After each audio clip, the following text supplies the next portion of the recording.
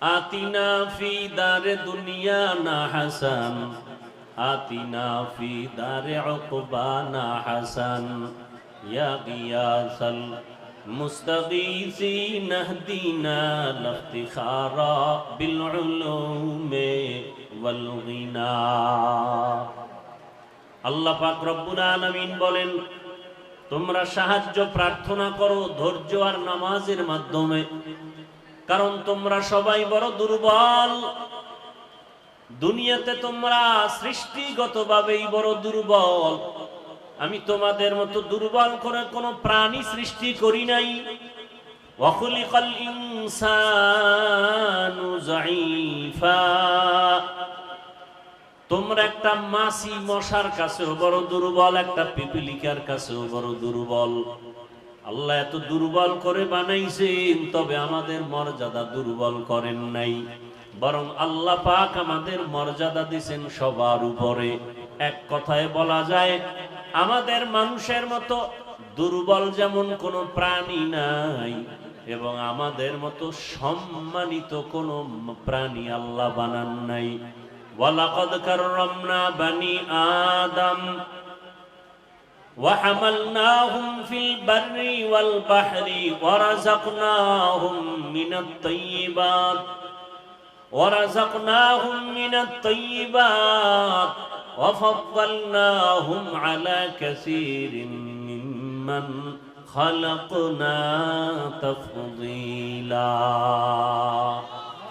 আল্লাহ তাআলা বনি আদমকে তো সম্মানিত করেছেন। মানুষ জন্মগতভাবে বড় দুর্বল। খানার বেলায় আমরা বড় দুর্বল, ঘুমের বেলায় আমরা বড় দুর্বল, কথা বলার ক্ষেত্রে আমরা বড় দুর্বল। একটা জিনিস মুখস্থ করি আবার ভুলে যাই, মেধার বেলায় আমরা দুর্বল। দুনিয়ার লাইনেও জ্ঞান অর্জনে আমরা দুর্বল, আখিরাতের লাইনের জ্ঞানেও আমরা বড় দুর্বল। আমরা চলার ক্ষেত্রেও বড় দুর্বল। জমিনে আমাদের মতো দুর্বল কোনো প্রাণী নাই, কিন্তু আল্লাহ পাক রব্বুল আলামিন এই দুর্বলতার মাঝে আমাদের মর্যাদা এত বেশি দিয়েছেন। আমরা একটা পশুর কাছেও বড় দুর্বল, কিন্তু আল্লাহ মর্যাদা এত বেশি দান করেছেন যে আমাদের দুর্বল মানুষের সামনে মশাও আমাদের খেদমতের জন্য কোনো সময় বেয়াদবি করে না। আল্লাহ আমাদের মর্যাদা এত বেশি দান করেছেন, আমাদের দুর্বলতাটার মর্যাদা দিয়া আল্লাহ পাক দেখায় দিলেন, মানুষ যদিও তুমি দুর্বল, তবে তোমাকে একটা বাঘ সম্মান করে, একটা গরু সম্মান করে, তোমাকে দুনিয়ার সব প্রাণীগুলো সম্মান করে। আসমান তোমাদের গোলামি করে, জমিন তোমাদের গোলামির জন্য ব্যস্ত, সূর্য তোমাদের গোলাম, চাঁদ তোমাদের গোলাম। আমি আল্লাহ শুধু তোমার মর্যাদার কারণে আমি আল্লাহ সব মখলুক তোমার গোলাম বানায়া দিলাম।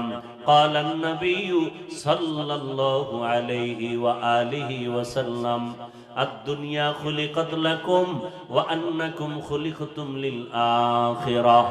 রহমতের নবী বলেন, হে উম্মত, দুনিয়ায় যাহা কিছু দেখো সব তোমার আমার গোলাম, আর তুমি মানুষ, আমি মানুষ, একমাত্র আল্লাহর গোলাম। আমরা কার গোলাম? আমরা আল্লাহর গোলাম। আরে আপনি তো এখন খানা খাইতেছেন, কিন্তু তাকায়া দেখেন, আপনি তো ঘরের মধ্যে বৃষ্টি থেকে হেফাজতে ঘুমাচ্ছেন। আপনার আমার চোখের সামনে ওই ঢাকার শহরে গিয়া দেখবেন রাস্তার পাশে কত মানুষ পড়ে আছে, ঘর নাই ঘুমানোর মতো। এত শীত আসতেছে সামনে, একটা শীতের পোশাক পর্যন্ত তাদের নাই। এই জীবনও তারা কাটাচ্ছে। কত মানুষ ভালো ছিল, হঠাৎ পাগল হয়ে রাস্তায় ঘুরে।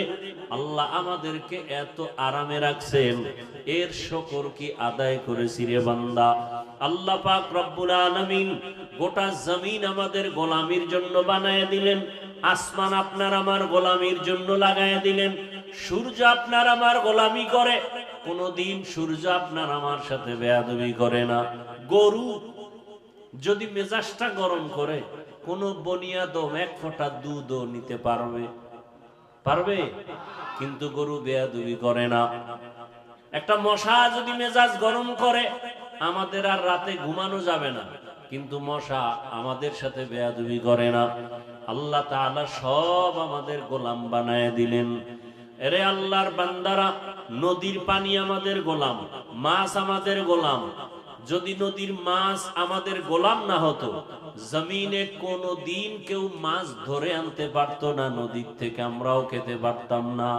আল্লাহ বলেন, মানুষ তুমি দুর্বল, খানার বেলায় দুর্বল, ঘুমের বেলায় দুর্বল, হাঁটার বেলায় দুর্বল, তুমি মেধার বেলায় দুর্বল, টাকা পয়সার বেলায় দুর্বল। আপনাদের এলাকার সিআইপি সাহেব কত সম্পদের মালিক, কিন্তু তার থেকেও আবার টাকাওয়ালা আছে না নাই? আছে। তিনি আর একজনের কাছে দুর্বল, ওই টাকাওয়ালা আর এক টাকাওয়ালার কাছে দুর্বল। এইভাবে দুনিয়ার সব মানুষ সব দিক থেকে দুর্বল। আমরা প্রত্যেকটা দিকের থেকে দুর্বল। ঢাকা চিড়িয়াখানায় একটা বাঘের প্রতিদিনের খাদ্য 17 কেজি গোশত। পারবে কোনো মানুষ 3 বেলায় খাইতে? পারবে না। ওরা কত শক্তিশালী, কিন্তু সেই বাঘ আমাদের গোলামি করে, দুনিয়ার সব মাখলুক আমাদের গোলামি করে।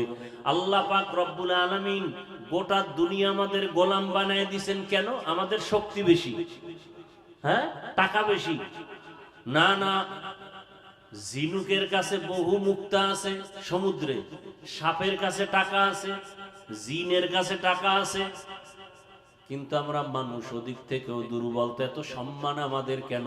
সূর্য গোলামি করে কেন? চাঁদ আমাদের গোলামি করে কেন? সূর্য কেমন গোলামি করে জানেন?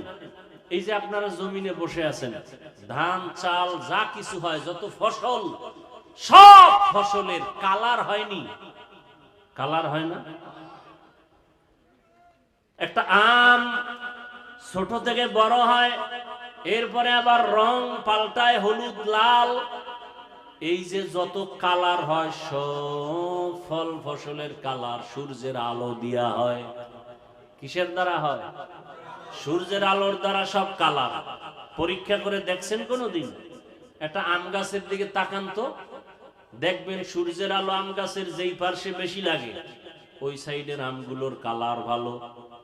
দেখেন যে পার্শ্বে সূর্যের আলো কম, তার কালার কম। কালার আসছে, কিন্তু ভেতরে তো মিষ্টি স্বাদ লাগবে। সূর্যে স্বাদ দিতে পারে না, সূর্যের ক্ষমতা নাই স্বাদ বাড়াবার। বলে সব ফসল আর ফলের মধ্যে স্বাদ বাড়াবার জন্য আল্লাহ চাঁদের আলো দিয়েছেন।